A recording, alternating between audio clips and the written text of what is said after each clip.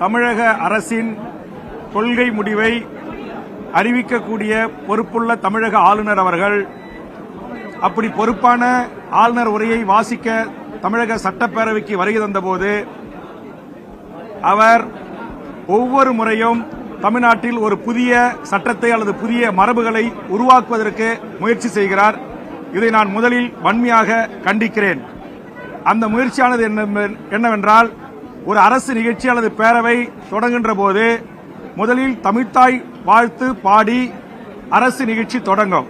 ஆளுநர் உரை வாசித்தளித்த பிறகு அந்த நிகழ்ச்சி அரசு நிகழ்ச்சி நிறைவு செய்கின்ற போது தேசிய கீதம் பாடப்படும். இதுதான் சுதந்திர இந்தியாவில் தமிழ்நாட்டில் 75 ஆண்டு காலம் வரலாறாக மரபாக பின்பற்றப்படுகின்ற ஒரு நடைமுறை. ஆனால் தமிழக ஆளுநர் அவர்கள் இருக்கை முன் வந்து நின்றவுடனேயே தமிழ்த்தாய் வாழ்த்து பாடி முடித்தவுடனேயே தேசிய கீதமும் பாடப்பட வேண்டும் என்று சொல்வது ஏற்றுக்கொள்ள முடியாத ஒன்று. இது வன்மையான கண்டனத்துக்குரியது.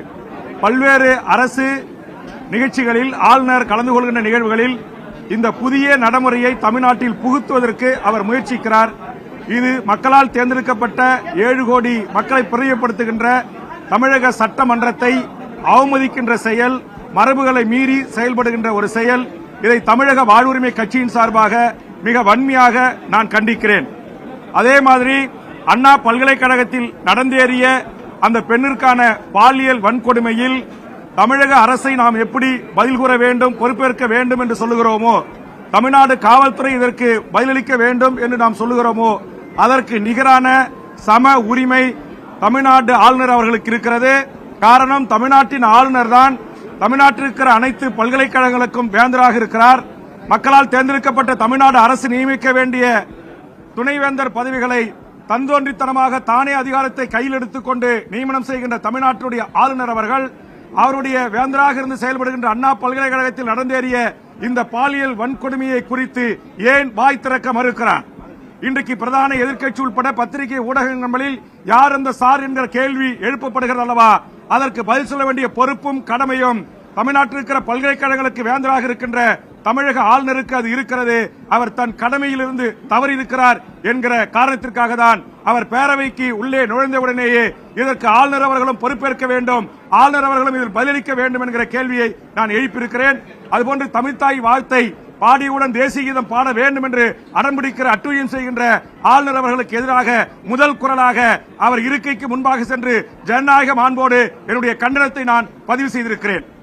மூன்றாவது, இந்த ஆளுநர் அறிக்கையில் தமிழ்நாடு அரசு கடந்த 3 ஆண்டுகளில் அறிவித்த பல்வேறு திட்டங்கள் தொடரும் என்று அறிவித்திருக்கிறார்கள். புதிய திட்டங்கள். ஆளுநர் உரை என்பது 2025ஆம் ஆண்டுக்கான தமிழ்நாட்டு மக்களுக்கான நல்ல திட்டங்களை, சட்டமன்ற உறுப்பினருடைய கோரிக்கைகளை அரசு ஓய்வு பெற்ற ஊழியர்கள், அரசு ஊழியர்கள், மக்கள், பொதுமக்கள், மாணவர்கள், இளைஞர்கள், செவிலியர்கள், ஆசிரியர்கள் என்று பலதரப்பட்ட மக்கள், விவசாயிகளுடைய, தொழிலாளர்களுடைய கோரிக்கைகளை நிறைவேற்றக்கூடிய ஒரு அறிவிப்பு இடம்பெறக்கூடிய திட்டங்களை அறிவிக்கக்கூடிய ஒரு ஆளுநர் உரையாக இது இருந்திருக்க வேண்டும். அது இல்லை. இங்க என்ன ஒரே ஒரு மகிழ்ச்சியான செய்தினா, 9 லட்சத்திற்கும் மேல் கடனாக இருக்கிற தமிழ்நாடு அரசு கடந்த காலங்களில் அறிவித்த அத்தனை திட்டங்களையும் நாங்கள் நடைமுறைப்படுத்துவோம், தொடருவோம் என்று அறிவித்திருக்கிறார்கள். ஆனால் சமூக நீதி என்று ஆளுநர் உரையில் குறிப்பிடப்பட்டிருக்கிறது. ஆனால் சமூக நீதி கிடைப்பதற்கு சாதிவாரி கணக்கெடுப்பு நடத்தப்படும் என்கிற அறிவிப்பு இல்லாதது பெரு ஏமாற்றம் இருப்பதாக நான் பார்க்கிறேன். அதேபோன்று காவேரி அருகே மேகதாது அணை கட்டுவதை தடுப்பதற்கு நாங்கள் முயற்சி செய்வோம் என்று ஒற்றை வரியோடு முடித்துக் கொள்கிறார்கள். அதற்கு நிகரான ஒரு அணையை தமிழ்நாட்டில் நாங்கள் கட்டுவோம் என்கிற அறிவிப்புகள் இதிலே இடம்பெறவில்லை. அதேபோன்று தமிழ்நாட்டில் பல்வேறு சம்பவங்கள் நடந்தேறியிருக்கிறது. அதற்கு இந்த ஆளுநர் உரையில் ஏதாவது ஒரு தீர்வு இருக்கும் என்று நாம் எதிர்பார்த்தோம். அரசு ஊழியர்கள், போக்குவரத்து ஊழியர்கள், ஓய்வு பெற்ற ஊழியர்கள் பழைய ஓய்வூதியம் திட்டம் கிடைக்கும் என்று எதிர்பார்த்து காத்திருந்தார்கள். இல்லை. பல்லாயிரக்கணக்கான ஆசிரியர் நியமனத்திற்கான அறிவிப்புகளும் ஆளுநர் குறிப்பில் இடம்பெறும் என்று எதிர்பார்த்தோம். இல்லை. அதுபோன்று பல்லாயிரக்கணக்கான செவிலியர்கள், மருத்துவர்கள் நியமனம் செய்யப்படுவார்கள், அதற்கான முன்னறிவிப்பில் இருக்கும் என்று எதிர்பார்த்தோம். அதுவும் இல்லை.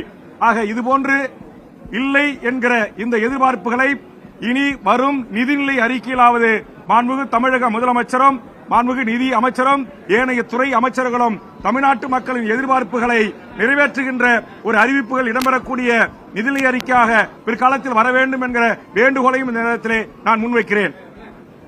நன்றி, வணக்கம்.